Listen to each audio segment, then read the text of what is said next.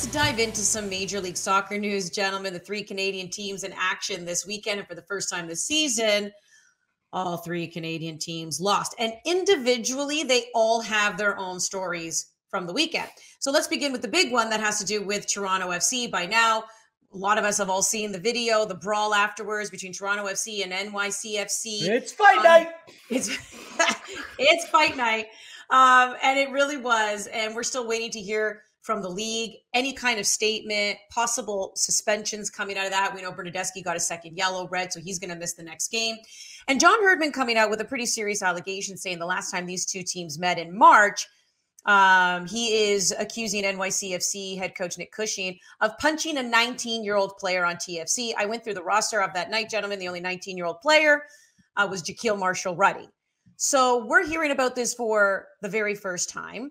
These two teams are hot under the collar, spills over after the match. Wheels, I know that you hosted match night last night. You, Jordan Wilson, KJ, you had your say. Ollie, I'm curious to get your opinion on this he said stuff and just kind of, where does the league go from here, I guess, or what are some of the things you're expecting from the league? And was this even necessary for Toronto FC, who was on an absolute roll between MLS and Canadian Championship?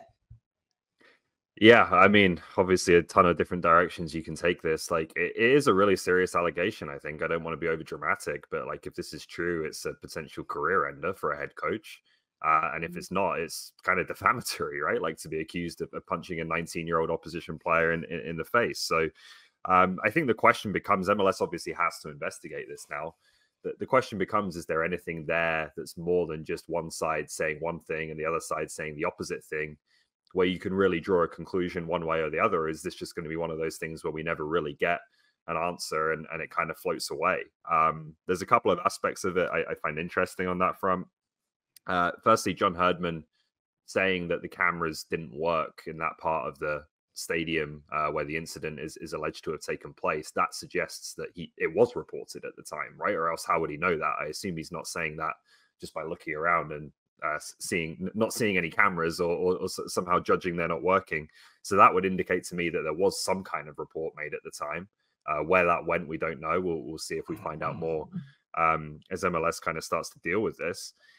And then the other aspect of it is, if there isn't any video footage, well, are there any witnesses? Are there people who can give their own account of this? And again, the comments that were made by Herdman and Osorio after the game would indicate that there were, because they said that or the 19-year-old player, Jaquil Marshall-Ruddy, if it was him, they suggest that he was cornered, not just by Nick Cushing, but by multiple people from NYCFC. So there seems to be some witnesses on that side that presumably can give their account. Were there any witnesses on the TFC side that may tell a different story? I don't know.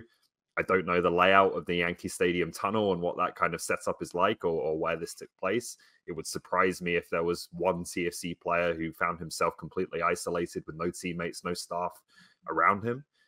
So these are all things that I'm sure MLS will look into and investigate and try to find out. I do just think, like, to your point about, TFC and the kind of form they're in and the way this story takes over now, I'm sure there are some supporters this morning who woke up like, oh, I've got my team back. They're fighting. They're sticking up for each other. They love this stuff. We saw it with Canada under John Herdman, right?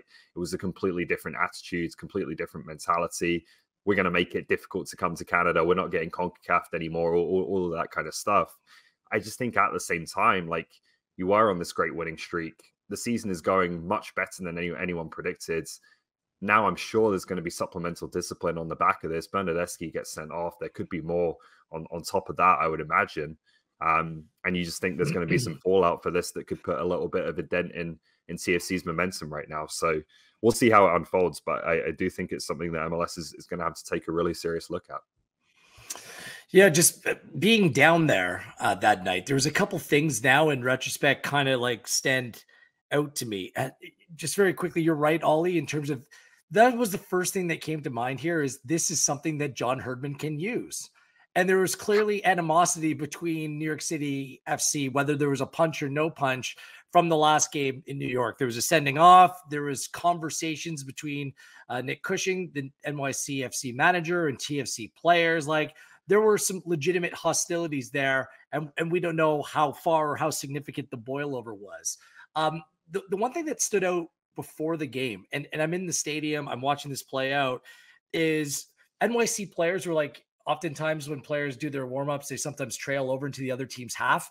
And there was a player doing that. And John Herdman was like standing right there. He was standing right at half looking into the other end. You know, Herdman wanders around during pre-match and talks to people and gets involved in some touches on the ball and that sort of thing. It's rather loose. But he was looking. And at the time I was like, what's he looking at? I'm not sure what it actually was.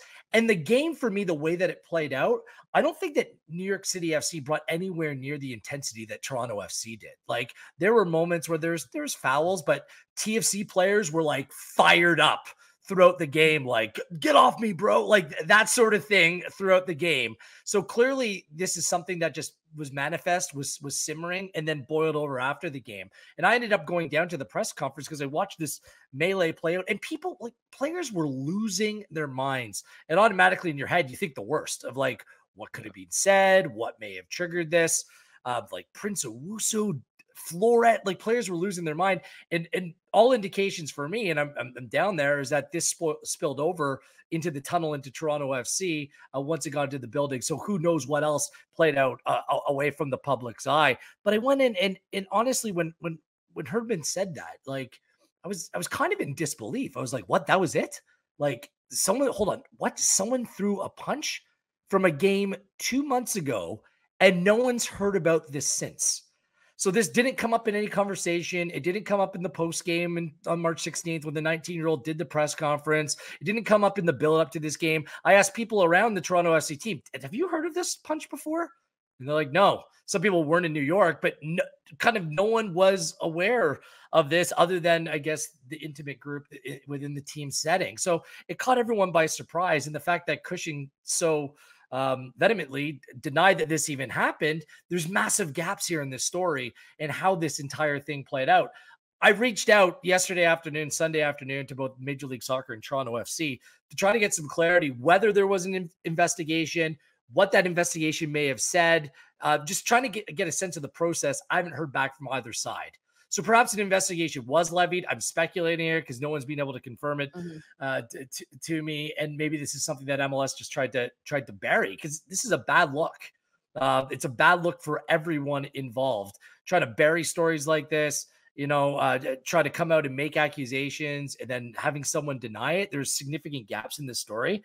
And I don't think that this is something that Major League Soccer can avoid anymore. Like this is a significant story. Reputations, potential suspensions are at play here. So recording this midday on Monday, there might be more that comes out as both teams play midweek and their coaches are speaking early this afternoon. So we'll see where things end up. But this is an ugly one. And I think you guys have all just said it. I think right now the wait is to receive a statement from MLS. We've seen MLS put out statements for many things, definitely, issues that you would even deem far less offensive than this one. So where is the statement on this? Because to your point, if a coach did in fact assault a player off the field of play, that is a serious offense. If another coach is saying that, and that is not true, to your point, Ollie, that is a serious defamation of character, and you are flat out lying, and you are trying to use vigilante justice with your players to motivate them, which should, if you're Don Garber and the commissioner of the league, you need to be disgusted by that, and you need to do something. But we don't know. We don't know. John Herdman could be telling the truth. Cushing could be telling the truth. This is the whole point. Was there an investigation? Is there going to be an investigation? We need MLS to make a statement on it.